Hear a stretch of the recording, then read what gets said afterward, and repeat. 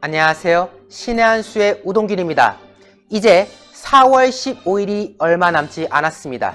이번 총선은 단순히 국회의원 한두 명을 뽑는 선거가 아닙니다. 나라의 명운을 좌우하는 선거입니다. 그렇기 때문에 많은 분들의 관심 역시 이어지고 있는데요. 그래서 저희 신의 한 수가 야심차게 추진했습니다. 저희 채널과 함께 해주시는 전영기 중앙일보 칼럼니스트와 함께 빅데이터 분석이라는 정말 놀라운 프로젝트를 저희가 추진하게 됐는데요.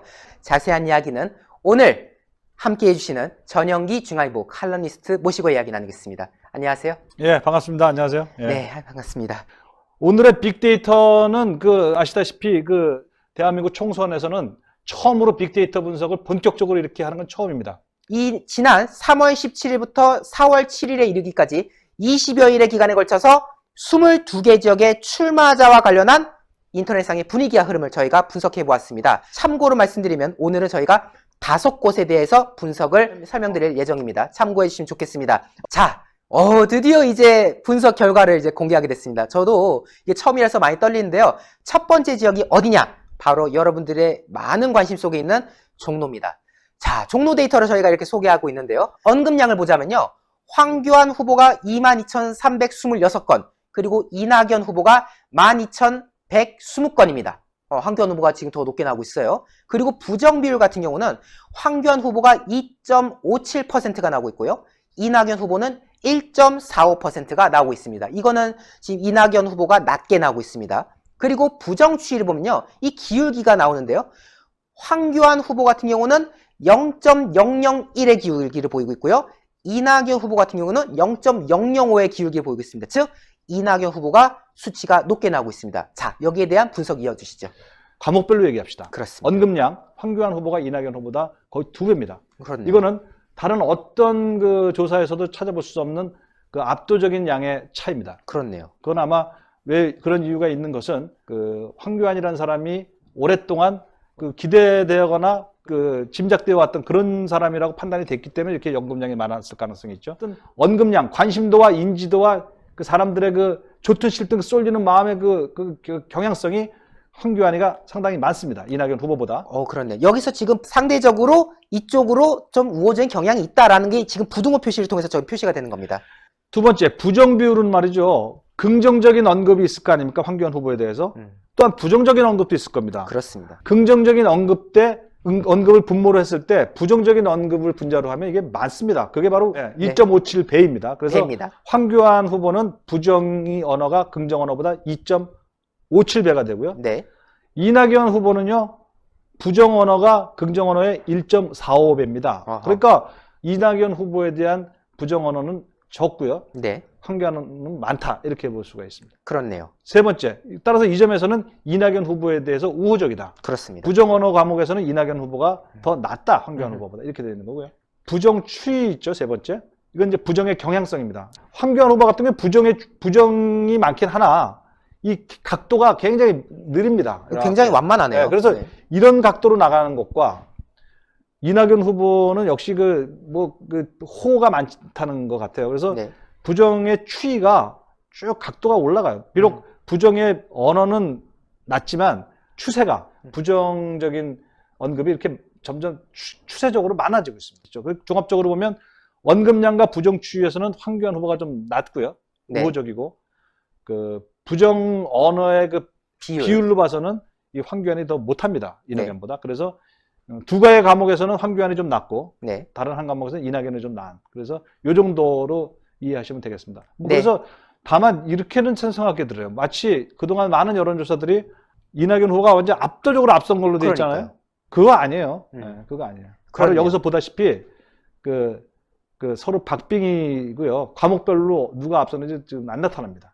그리고 굳이 과목 수로 얘기하면 두 과목에서 황교안이 더 나아요. 황교안 후보가. 네. 그렇게 나왔다는 점 한번 강조하겠습니다.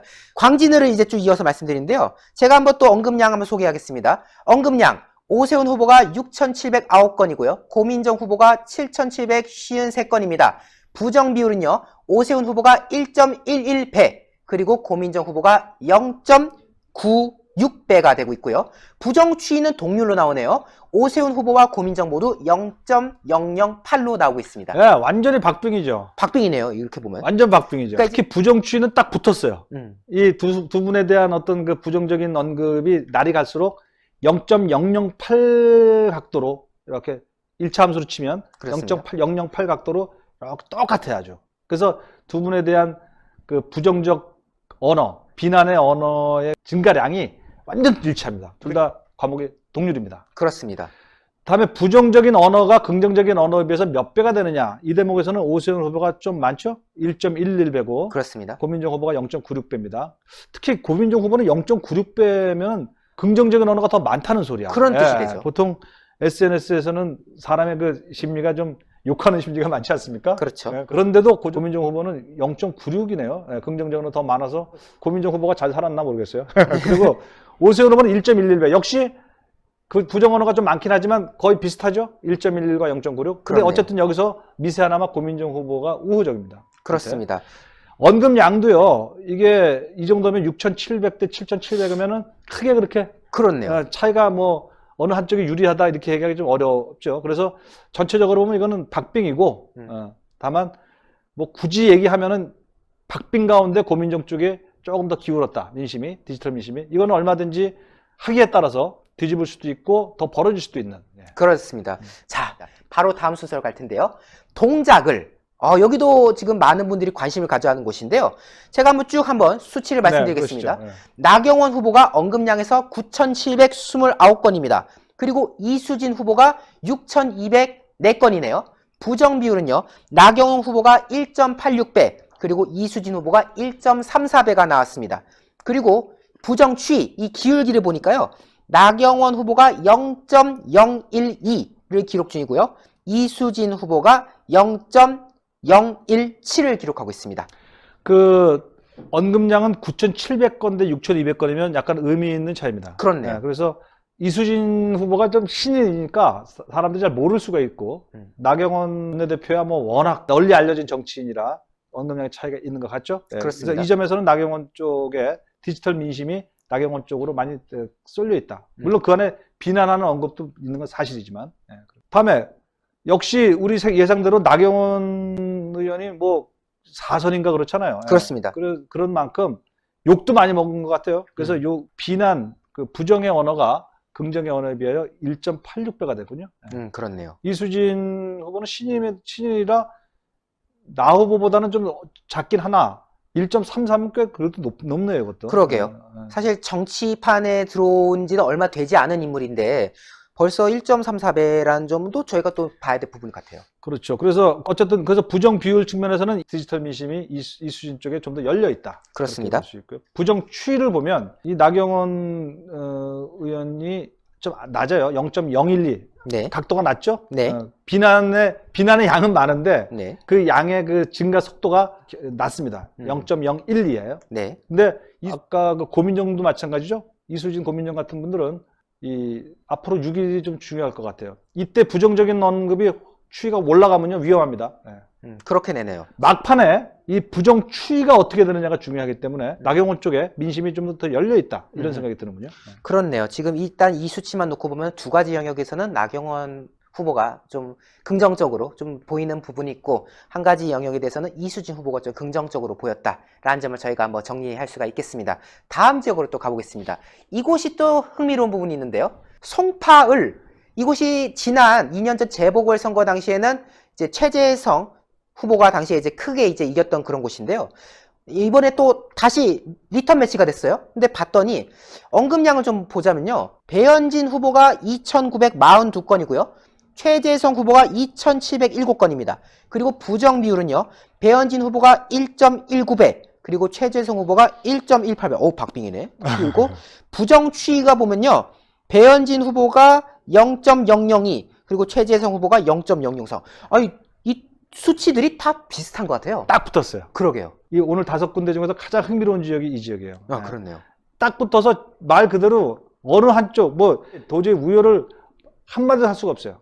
그래서 언급량에서는 굳이 절대 수치만 따지면 언급량과 부정 추이는 배현진이 낮고 부정 비율은 최재성한테 좋다 이렇게 얘기를 할 수도 없을 정도로 그렇네요. 2942와 2,900건과 2,700건은 거의 비슷한 거고요. 그러게요. 부정 비율도 1.19배와 1.18배는 이건 뭐 그 하나라도 봐도 되는 거군요. 그렇네요. 여기는 앞으로 남은 기간 동안 누가 더 실수하지 않느냐. 그리고 앞으로 남은 기간 동안 누가 더 한 사람이라도 더 다가서 손을 잡느냐. 손 잡으면 안 되겠다. 코로나니까. 주먹을 치느냐. 그리고 진짜 마지막엔 어느 쪽 진영이 거의 그 온몸을 던져서 투표장에 나가느냐. 결집을 하느냐. 네. 자, 어느 것이 결판내릴지는 당일 나가서 송파을이야말로 정확히 1대1이다. 박빙 중에 박빙이다. 이렇게 얘기하고 싶습니다. 네, 정말 이 수치만 놓고 보면은 뭐 여기에서 굳이 뭐 어디가 좋다 어디가 나쁘다를 논하는 게 무의미할 정도로 지금 거의 비슷한 양상을 보였기 때문에 네. 남은 기간 동안 어떠한 흐름이 보여지냐에 따라서 영향이 달라질 것 같습니다. 결과가 좀 달라질 것 같다는 말씀을 드리겠고요. 드디어 마지막 5번째가 나왔습니다. 세종을로 가보겠습니다. 세종을, 이곳도 굉장히 험지로 분류됐던 곳이고 한때 뭐 여기 그냥 사지다, 여기는 그냥 떨어지러 가는 데다, 뭐 이런 말도 나왔던 곳인데 김병준 후보가 언급량을 보니까 627건입니다. 그리고 강준현 후보가 545건입니다. 그리고 부정 비율을 보니까요.